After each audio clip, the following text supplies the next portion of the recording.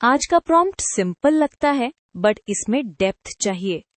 हमें एजेंडा 21 को clearly define करना है, उसका बैकग्राउंड बताना है और फिर उसके की आइडियाज को स्ट्रक्चर्ड वे में एक्सप्लेन करना है, जैसे एक इलैबोरेट नोट में होता है। पहले हम एक स्ट्रॉन्ग डेफिनेशन से स्टार्ट करते हैं, क्योंकि रीडर को तुरंत समझ आना चाहिए कि एजेंडा 21 है क्या। अगर डेफिनेशन क्लियर होगी तो बाकी डिटेल्स नेचुरली कनेक्ट हो जाएंगे। आप थोड़ा कॉन्टेक्स्ट ऐड करते हैं। स्टूडेंट के लिए क्यों बना समझना इंपॉर्टेंट है। 1990s के टाइम पर एनवायरनमेंट डैमेज और पॉवर्टी दोनों को एक साथ टैकल करने की नीड फील हुई।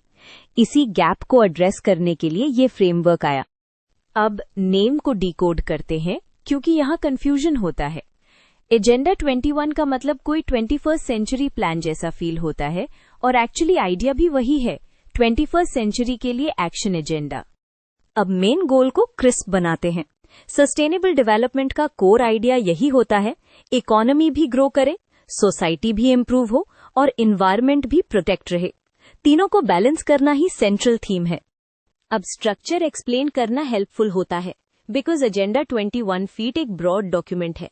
जब स्टूडेंट को पता हो कि इसके सेक्शंस क्या हैं, तो वो पॉइंट्स को ऑर्गेनाइज करके लिख सकता है, एग्जैक्टली इलैबोरेट नोट स्टाइल। चलो अब सोशल और इकोनॉमिक साइड को अनपैक करते हैं। यहाँ फोकस होता है basic quality of life, poverty reduction, health, housing, education. Reason simple है, सस्टेनेबिलिटी तभी पॉसिबल है जब ह्यूमन नीड्स इग्नोर ना हो।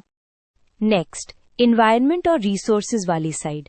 इसमें आइडिया होता है कि लैंड, फॉरेस्ट्स, ओशंस, बायोडाइवर्सिटी ये सब लिमिटेड है। अगर मैनेजमेंट सस्टेनेबल नहीं होगा तो डेवलपमेंट शॉर्ट टर्म रहेगा और लॉन्ग टर्म लॉस हो जाएगा। अब बात करते हैं रोल्स ऑफ मेजर ग्रुप्स की। ये बहुत इंपॉर्टेंट एंगल है, क्योंकि इम्प्लीमेंटेशन सिर्फ गवर्नमेंट से नहीं होता। एजेंडा 21 बेसिकली बोलता है सोसाइटी के डिफरेंट स्टेक होल्डर्स को पार्टिसिपेट करना होगा, तभी चेंज ग्राउंड लेवल पर दिखेगा। अब मीन्स ऑफ इम्प्लीमेंटेशन, ये पार्ट प्रैक्टिकल है। प्लान तभी काम करेगा जब फाइनेंस, टेक्नोलॉजी, ट्रेनिंग और इंस्टीट्यूशन स्ट्रांग हो। यही रीजन है कि एजेंडा 21 सिर्फ आइडियल नहीं, कैपेबिलिटी बिल्डिंग पर भी फोकस करता है।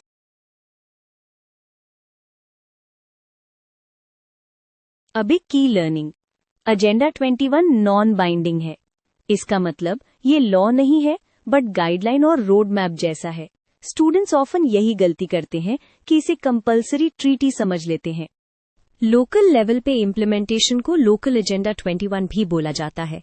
ये कॉन्सेप्ट इसीलिए पावरफुल है क्योंकि सस्टेनेबिलिटी के प्रॉब्लम्स सिटी, टाउन और विलेज लेवल पर डिफरेंटली शो अप होते हैं। सॉल्यूशंस भी लोकल प्लानिंग से बेस्ट आते हैं। अब थोड़ा इम्पैक्ट और लेगेसी डिस्कस करते हैं। एजेंडा 21 ने ग्लोबल कॉन्वर्सेशन को शेप किया और लेटर फ्रेमवर्क्स को पुश दिया। ये स्टेप नोट को इलैबोरेट बनाता है, because you connect it with the broader sustainability movement. एक बैलेंस्ड नोट में चैलेंजेस भी मेंशन करना चाहिए। इम्प्लीमेंटेशन अनइवन रहा, फंडिंग और पॉलिटिकल विल वेरी करते रहे। ये पॉइंट दिखाता है कि आप सिर्फ डेफिनेशन नहीं, क्रिटिकल अंडरस्टैंडिंग भी रखते हो। कभी कभी एजेंडा 21 को लेकर मिसकंसेप्शंस भी सर्कुलेट होते हैं। आप कामली क्लैरिफाई कर सकते हो that academically it is recognised as a UN sustainability guideline, not a secret enforcement mechanism. इससे आपका आंसर मैच्योर और क्लियर लगता है।